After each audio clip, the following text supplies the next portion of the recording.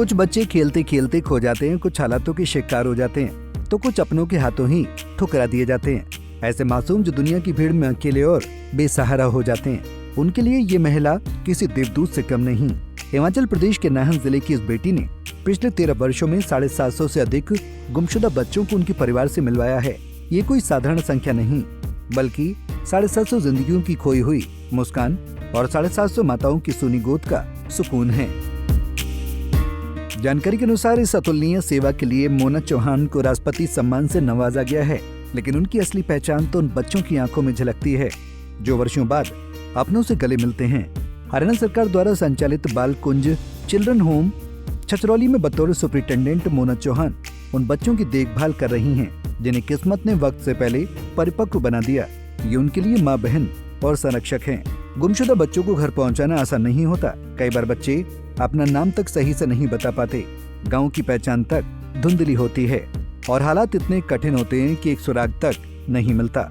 लेकिन वो अपनी सूझबूझ से एक खास रोड मैप तैयार करती है, जिससे मासूमों को सही ठिकाने तक पहुंचाने में मदद मिलती है।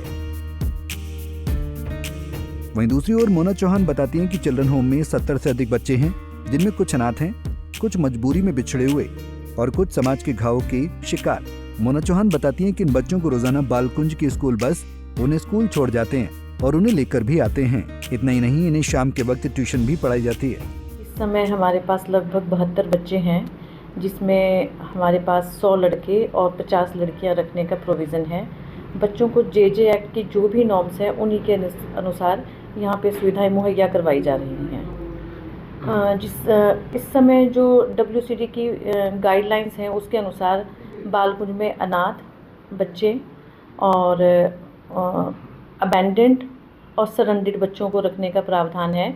लेकिन जिला यमुनानगर में जो भी बच्चे हालात का शिकार हैं, वो मुख्यतः बाल कल्याण समिति के आदेशों के बाद ही बालकुंज हमारे पास आते हैं। जी, मैं यहाँ अक्टूबर 2012 से सेवाएं दे रही हूँ और अब तक जो है लगभग 750 गुमशुदा बच्चों को मैंने उनके परिवारों तक पहुँचाया है। स्ट्रगल की बात कहिए तो काफ़ी हमें चैलेंजेस का सामना करना पड़ता है, क्योंकि कई बार बच्चे अपने गांव शहर का कुछ भी नाम नहीं बता पाते। सिर्फ उनकी भाषा से हमें अंदाज़ा लगाना पड़ता है कि बच्चा कहाँ का हो सकता है। उनकी पारिवारिक स्थितियाँ पूछी जाती हैं, जिसके आधार पर हम तथ्य जुटाकर, छोटे से छोटे तथ्य जुटाकर जहाँ से बच्चा है वहाँ संपर्क करने का प्रयास करते हैं और कड़ी मशक्क़त के बाद हम सफल भी रहते हैं। हमें मुख्यतः जो सहयोग चाहिए होता है वो पुलिस का मेन सहयोग है। पुलिस से हमें प्रॉपर सहयोग मिलता है और साथ ही बाल कल्याण समिति जो है इसमें एक अहम रोल निभाती है कि बच्चे को ट्रांसफ़र करना, बच्चे को यहाँ से भेजने के लिए पुलिस एस्कॉर्ट दिलवाना, वो सारा बाल कल्याण समिति का कार्य रहता है, जिसमें बाल कल्याण समिति, बाल संरक्षण विभाग और साथ ही पुलिस विभाग हमें पूर्णतः सहयोग प्रदान करते हैं। कि जब बच्चा हमारे पास आता है तो उस समय वो बहुत ही निराश और हताश होता है, मुख्यतः वो बच्चा जो परिवार से बिछड़ गया है। तो सबसे पहले हमें ये रहता है कि बच्चे से एक दोस्ती की जाए और एक दोस्त की तरह बच्चे से बातचीत करके उसके अंदर के तथ्य निकाल के उसको घर तक पहुंचाने की एक कोशिश की जाती है।